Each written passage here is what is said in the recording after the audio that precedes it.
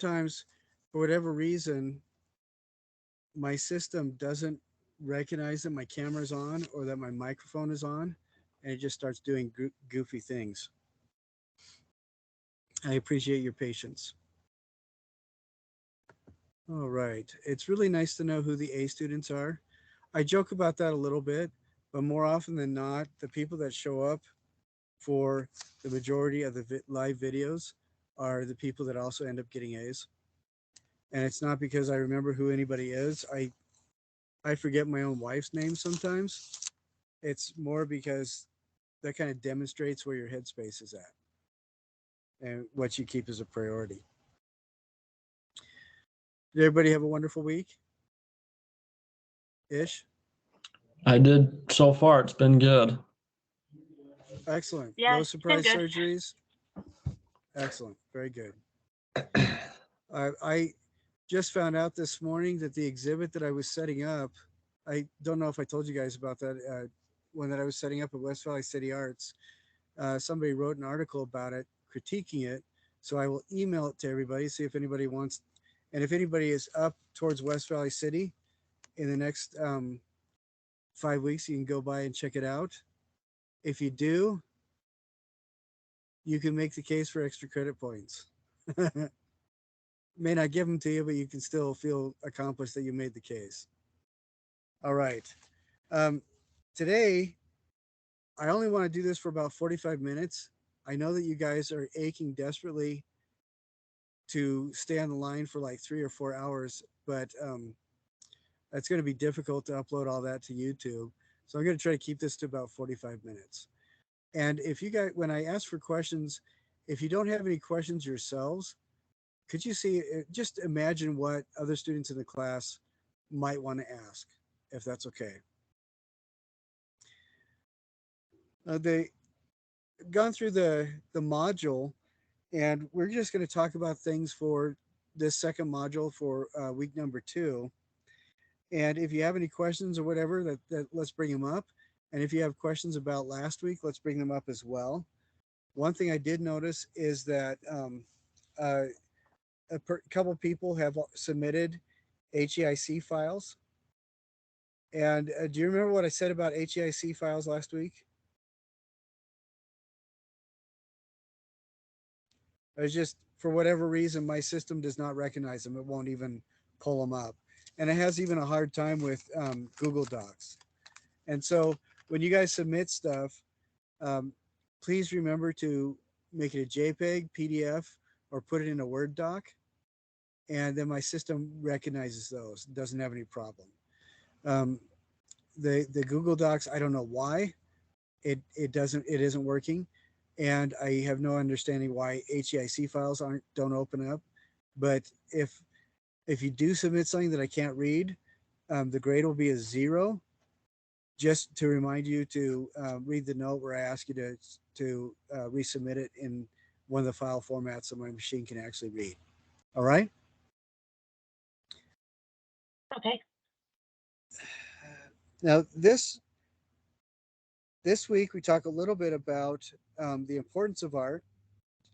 I mentioned tools of artistic critique, and we talk about flow state, and then do kind of an experimental assignment.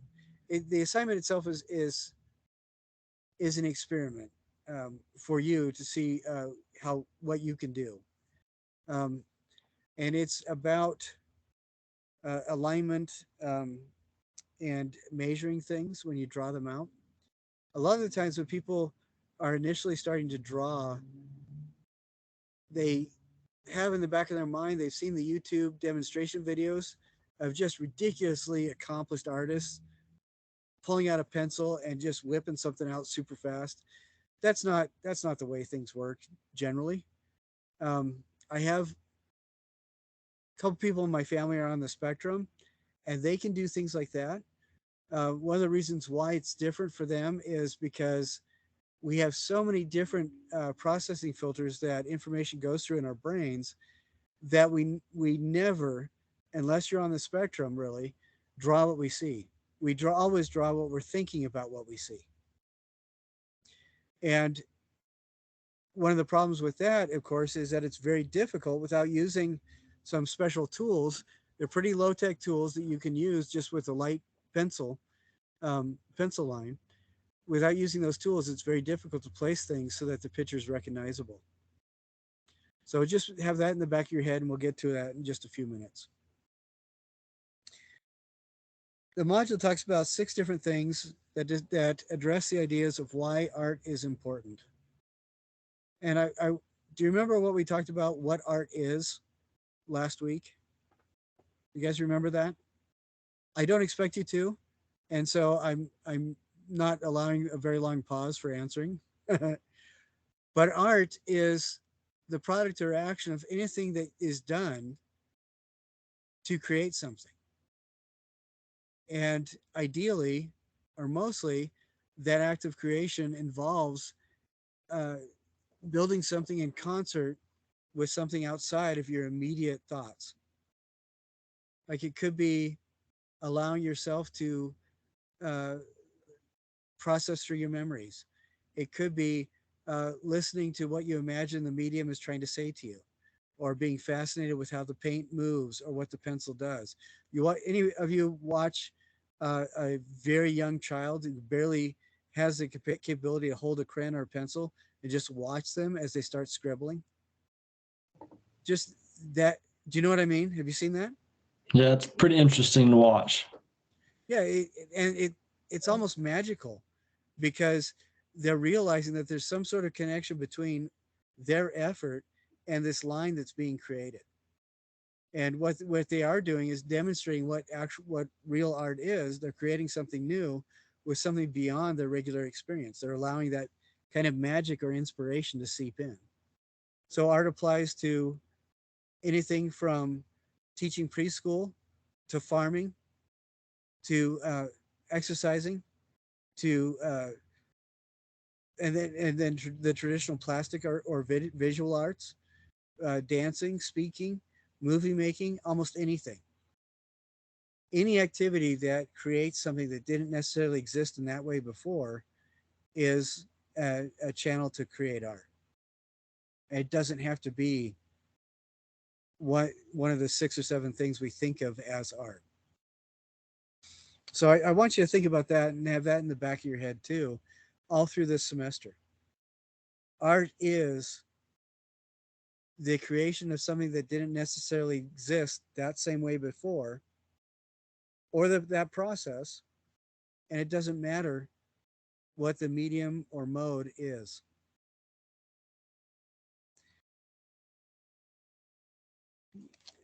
One of the first reasons that art is important is that it preserves culture.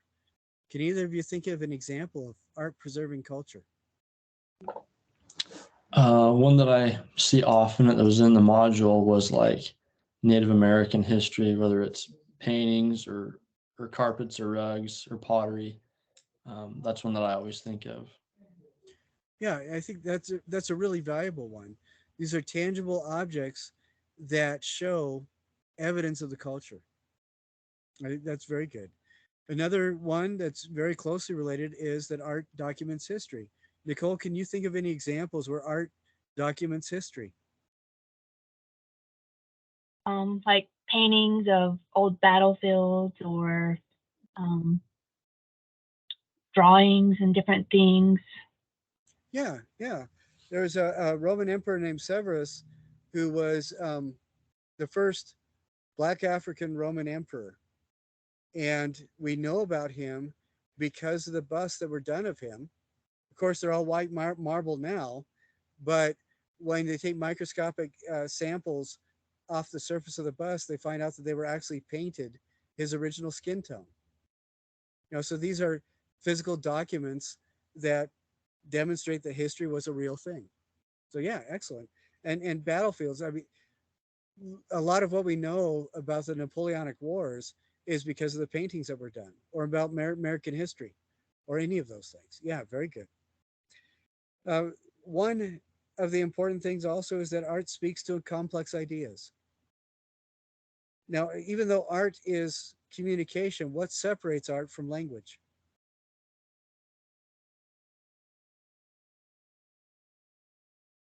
Is it visual and emotional based?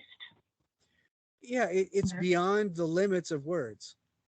Heidegger, who is the kindest and gentlest of the Nazi philosophers, talked a lot about using language, and he said that when we use a word, we cut off and incise that idea from every other word that could have been used. So that, and he said that language actually limits communication in some respects. But when we're working with art, you're doing things, you're creating things that are not bound by the ordinary structures of language. Like even poetry, you're communicating ideas using words, but the words themselves are not the things that you're using to communicate. Isn't that interesting? So you can come across, or you can visit a lot of really complicated ideas and have people reflect on things that are really deep without having to articulate everybody's essay that has ever been written on the subject in the history of the world. Another reason why art is important is that it elicits wonder. It spawns wonder. I think it was Plato in Timaeus, his dialogue Timaeus, where he says that art imitates nature, and everybody's heard that. But do you know what that actually means? When Plato was talking about it, he said that nature is a manifestation of the divine mind or the divine will. And if art imitates nature, then art becomes a manifestation of our will mixed with that divine mind or that thing outside of ourselves.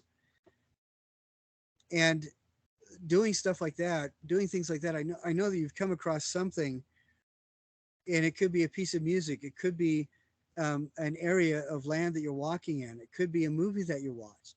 I think Brotherhood of the Wolf was one of the movies that I saw that did this for me. Kingdom of Heaven was another one. Passion of the Christ was another one.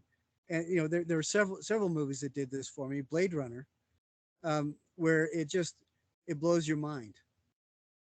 Seeing a modern Greek production of Iphigenia was absolutely astounding.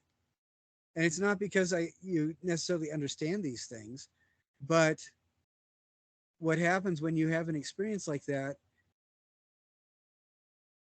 on some level your mind and your universe expand a bit, and um it can be astounding. Have either of you had that kind of an experience? Is there like a piece of music or an experience that you had where it just kind of blew you out of the water? Yeah, every once in a while I'll come across a song that I have to listen to about 25 times just because I really like the message it portrays or how it makes me feel. Yeah, I think that's really important to recognize that. And it's great that you keep chipping at it because you love what's going on. That's excellent. I think the first music that Ella Fitzgerald sang the part of Bess in Gershwin's opera Porgy and Bess. And when I listened to that, it completely blew my world apart. It was astounding. I had never known that somebody could do that. And it was amazing. Now the elements of art, the things we think about art, the critical thinking that we use when we examine art is important also for any field. And I don't want to talk about that too much because when we talk about the tools of artistic critique, I want to examine a little bit more how they can impact whatever field we're in. But when we think about art and we develop those tools, that does apply to absolutely any other realm that we deal with. And the last point is that fiction or the imagined can inform reality. Are either of you very familiar with the Star Trek universe, the original series, or any of the movies? yeah, I've seen them. Okay. Do you remember Captain Kirk's communicator that he'd flip open, Yeah. make that little chirping sound? Well, the guy at Bell Labs who invented the cell phone was directly inspired by Captain Kirk's communicator. And do you remember 10 years ago, everybody had the flip phones? That was a direct result of 40 years before, when that Bell Labs engineer was watching Star Trek as a kid. Have you heard of the ionic propulsion drive? NASA is still developing an ionic propulsion drive intended to take deep space probes beyond the Oort cloud in a quarter of the time that they are right now. I mean, it's taken Voyager years and years to go get out there, and that was inspired by the mention of the ionic drive as part of the fictional Star Trek series, and I think in the second season. And NASA's building it. You know, how cool is that? But one thing I wanted to touch on briefly that kind of ties in with this is I know that a lot of people get stressed out of their gourd when they're introduced to art and they want to challenge themselves a little bit, but it can be stressful. Albrecht Duhrer was a German dry point etching artist. He was absolutely astounding. Look him up if you get a chance. His work, he did a lot of biblical scenes, he did a lot of mystical scenes. He was a symbolist, and he was just exceptional. But he wrote some essays about what he thought about art.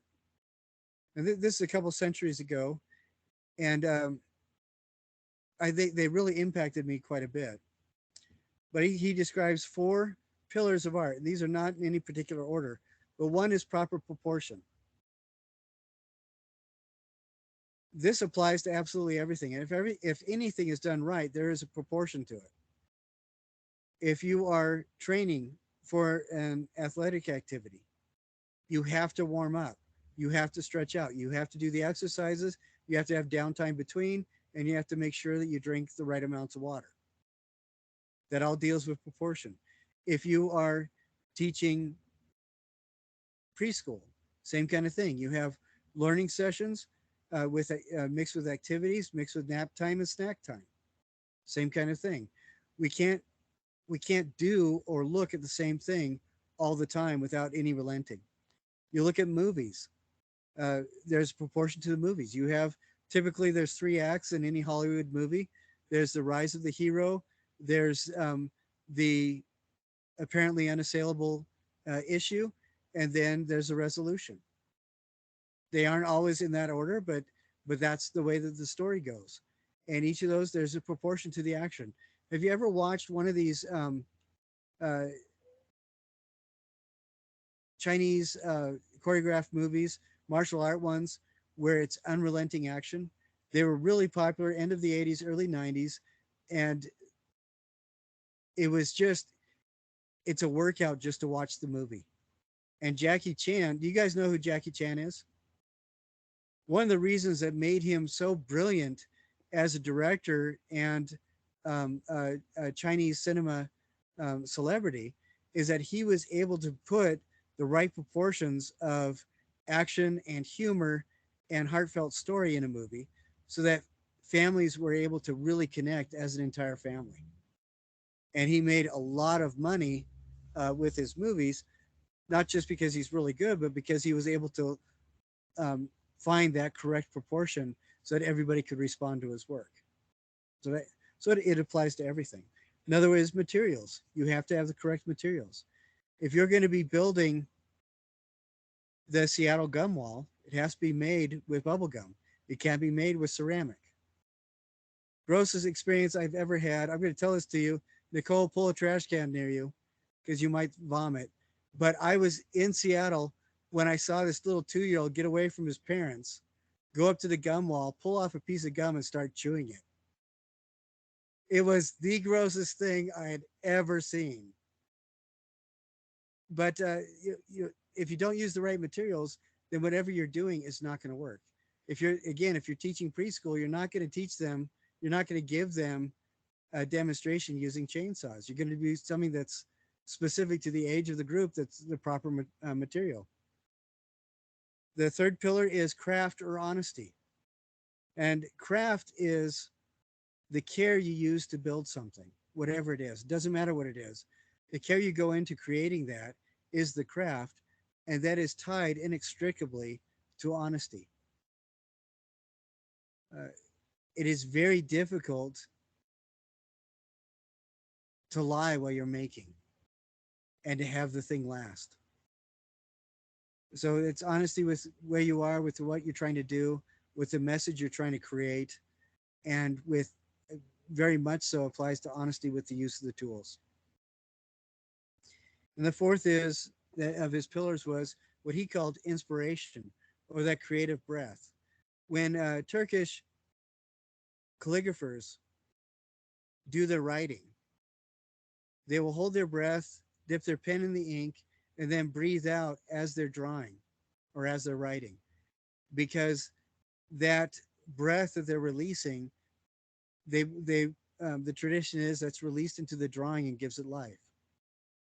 And it's interesting that almost universally, myths about the first people or the first life involves the creators imbuing breath into their creations. And that's what inspiration means. It comes from Latin. That means that the Latin word for breath. And that could be like Matthew McConaughey says he gets inspiration from his future self. That could be your higher self. That could be allowing yourself to kind of lose your ego and find out what the medium or whatever you're working with wants you to do. Maybe listening to how your body wants to flow, where the paint wants to go. And it could also be, if you're a religious or spiritual person, finding a connection with the universe that's beyond your ordinary experience. All those things tie into that. And for me, I think there's a fifth pillar as well. There needs to be a circuit that's completed or a connection. That connection could be, you can create valid art that is complete when you're the only one who sees it yourself, because you're doing it to provide a connection between parts of yourself or between different thoughts that you have. A lot of the time, artists will use art to communicate so that we as the viewer connects with that artist, or that artist can feel the connection with the viewer even though they never meet them. So it's something to think about. The tools of artistic critique. I'm going to say what each of them are, and then I'll see if you guys can give me an example of a question you might ask. The first step is describing the physical impact of whatever the artwork is.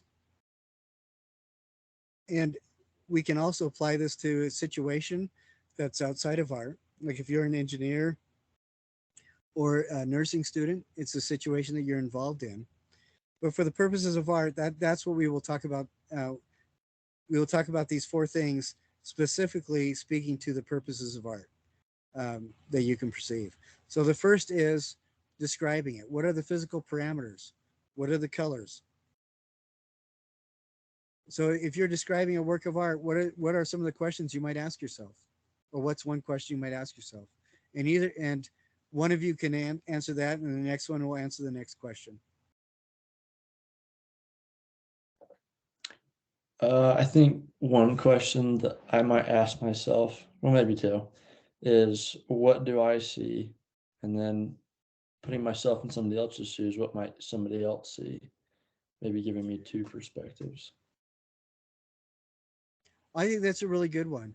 And that first one is really good. The second one kind of leads into the next state, but that's really good. Yeah. Is it an identifiable object? So very good. The second step is, or the second tool is to analyze. This is where you, as a viewer, try to figure out what the artist was doing to create what they created. And some of the ideas might be, if this was a painting, how did they apply the paint? If this is a sculpted piece of wood, how did they shape the wood? How did they apply textures? So for analyzing, Nicole, what's a question that you might ask? Trying to figure out how the artist did what they did. Yeah, maybe how they got those specific color schemes, or yeah, what method they used to sculpt the clay, or All right, good. Yeah. Was it thrown on a wheel? Is it a pinch pot? Yeah, excellent. Very good. The third one Kind of ties back into what you were saying earlier, interpreting. And this is where we're infusing a little bit more of our imagination, trying to guess what the artist was thinking. Looking at their artwork, do you have an idea of what their worldview is? Do you have an idea of what kind of message are they trying to give, or are they just creating an environment for you to have an ongoing conversation with them? Uh, you're basically trying to imagine the inside of the artist's mind, and maybe asking them questions as if they were in front of you to see what their answers might be. What's a question that you might ask? Is it Braxton? Jackson, sorry. Yeah. Jackson, what's a question you might ask regarding interpreting? Um, like if I was to interpret what the artist Yeah, created. like you asked earlier, what do I see from the artist's perspective? What kind of question? How would that change that question?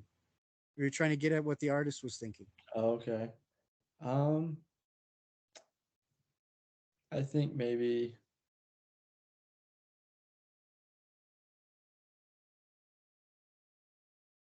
I guess after I've asked myself that question, pause for a minute and look at it more. I mean, I would probably look at different angles, different things just to see more of it in some way. And then I guess if I knew anything about the artist, like if they were had a passion for this subject or they liked this is what they were known for, see, okay, what could this be? Maybe if they were like a Yeah, excellent. It's you're uh, asking yourself, what is does the artist want you to see? So yeah, excellent, very good.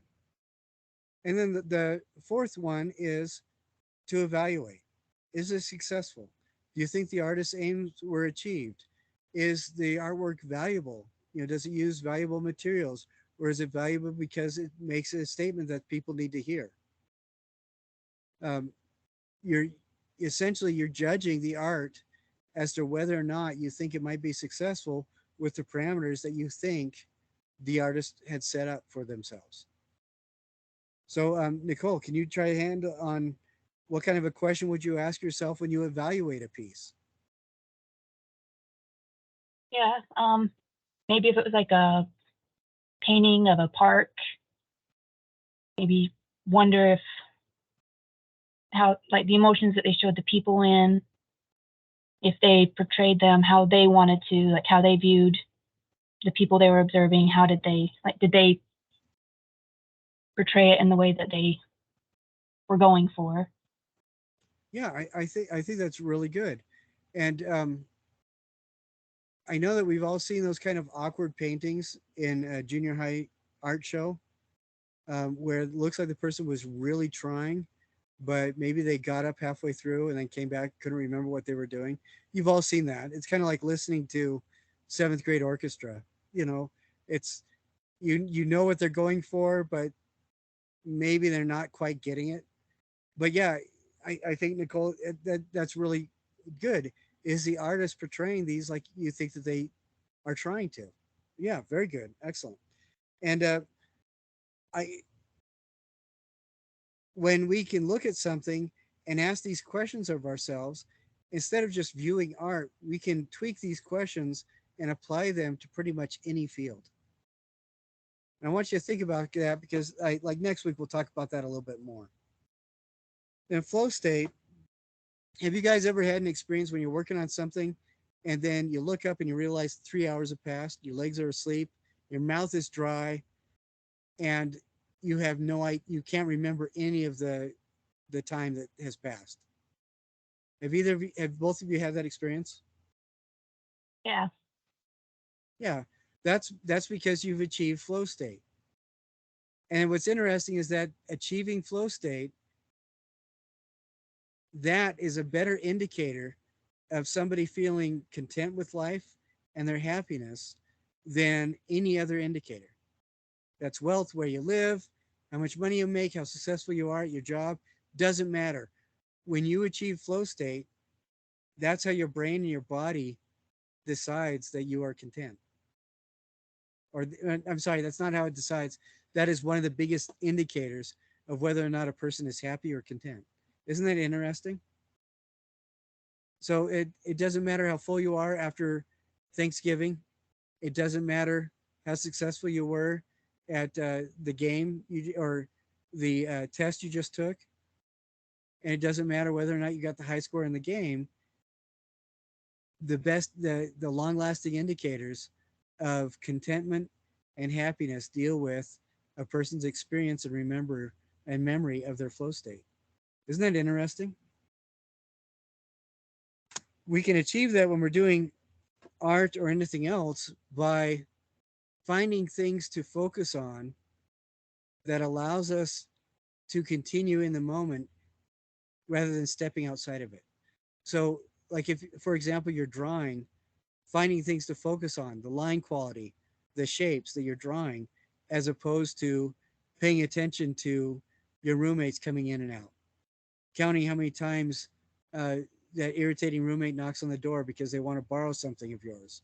You know, those kinds of things. If you can push those out of your mind and focus on exactly what you're doing, then at some point there's a little trigger that happens and you switch into the flow state. And like I said, it doesn't matter what you're doing. I'm just using the example of art because oddly enough, we're in an art class and that's a convenient example. But I wanted to talk a little bit about one of the assignments, or the assignment that we're doing this week has to do with measuring and lining things up, or measuring and alignment is another word. Now, you've seen those paintings in Egyptian tombs, right? You've seen examples of those.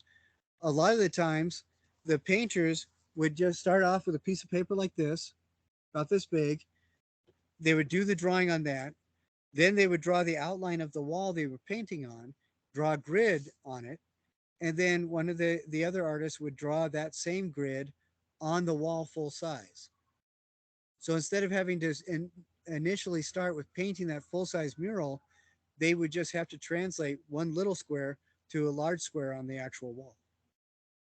So it's very accurate, and it's actually that's the system that I use when I do stained glass windows, because I found a lot of the times, especially with organic shapes, that is more accurate than blowing it up on a Xerox. A Xerox will, or a copy machine, will distort the image lengthwise according to the rotation of the printer rolls, instead of being an accurate full-size expansion of the image. So that ancient, 4,000-year-old technique Egyptians used is more accurate sometimes than a copier in the FedEx store, which I still think that's pretty funny. But we can do that fairly easily with most anything. And I'm not talking about having to draw a full grid, but there are 3 different designs. The assignment this week, there's 3 different designs that you have to draw yourself. And what you're going to be doing is, I would recommend having a pen and a pencil.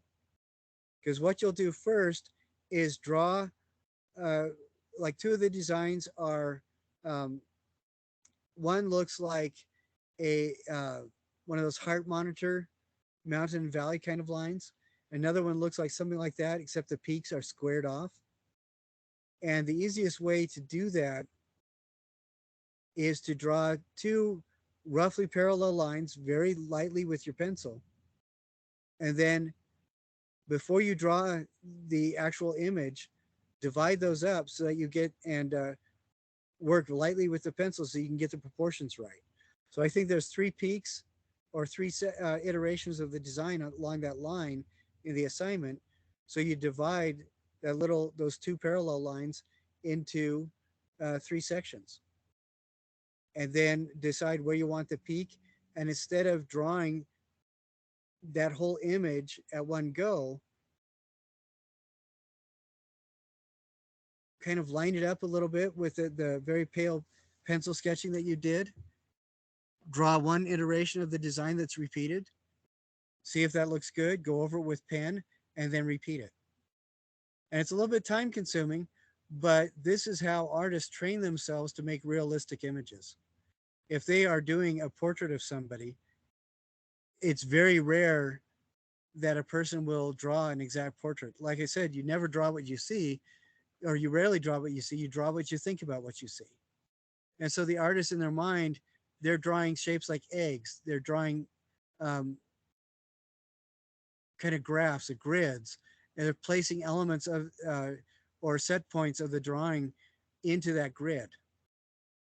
And I'll do a little illustration of that. You guys can you see that little drawing there?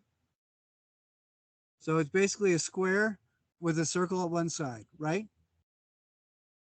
So what I did on the bottom, let's see, can you see that? All right, can everybody see that? I can't. Oh, Can't that is horrible.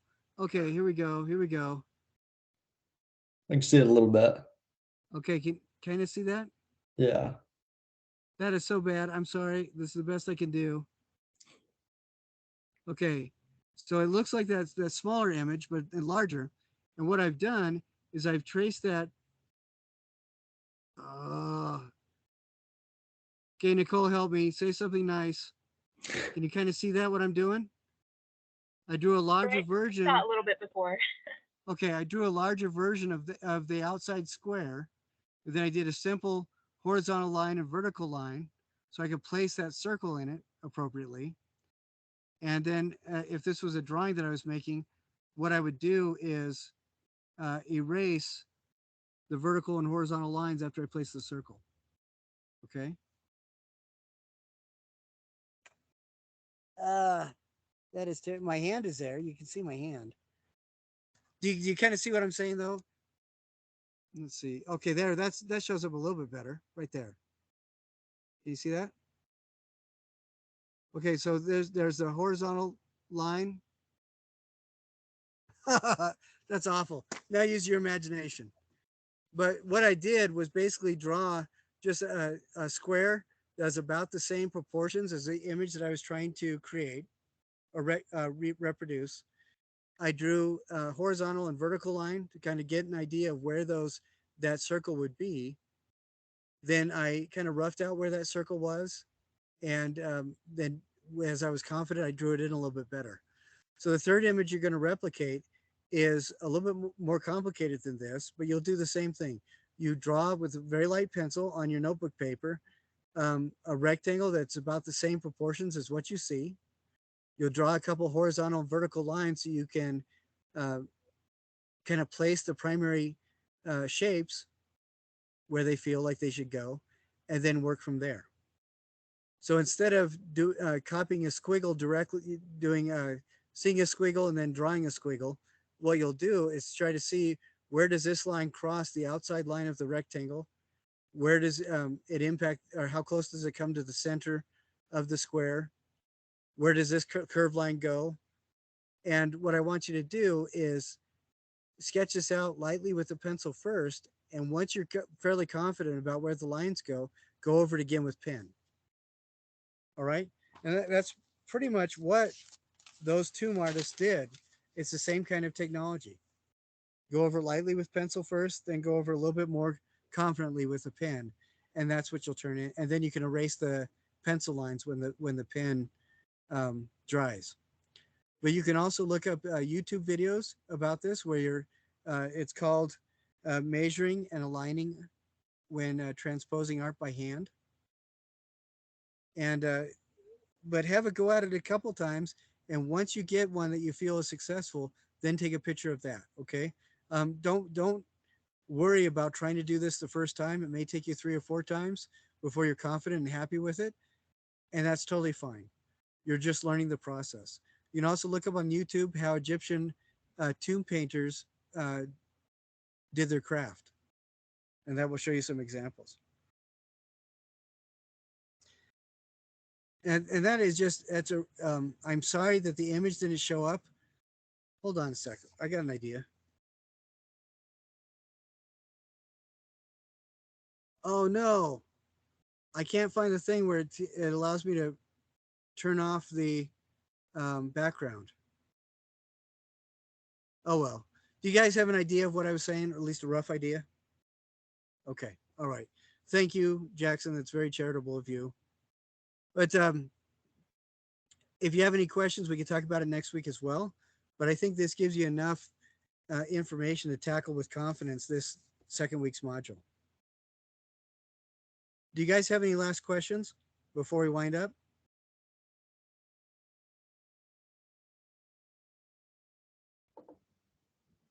No, I think I'm good. All right. How about you, Nicole? Yeah, I don't have anything. Okay. And for everybody who's not on this live, just rewind the video until you see the one or two images when I was trying to hold up my stupid notebook so you could see stuff to get an idea of what I'm talking about. What I'm going to try, if I can find a video that deals with this a little bit more clearly, then I will send that to people. But it's a rather simple process, and as long as you appreciate the fact that you do it first lightly with pencil, and then you can erase the pencil lines when you're done, then you've got the process. You know, it's not. I don't want anybody to stress out about doing this in pen in one go. You don't have to. All right. But if there's no other questions, I look forward to seeing you guys next week, and I hope you guys have an absolutely wonderful week and weekend. Thank you very much. Have a good night. You too. Thanks. And we'll See you guys. All right, we'll see you later.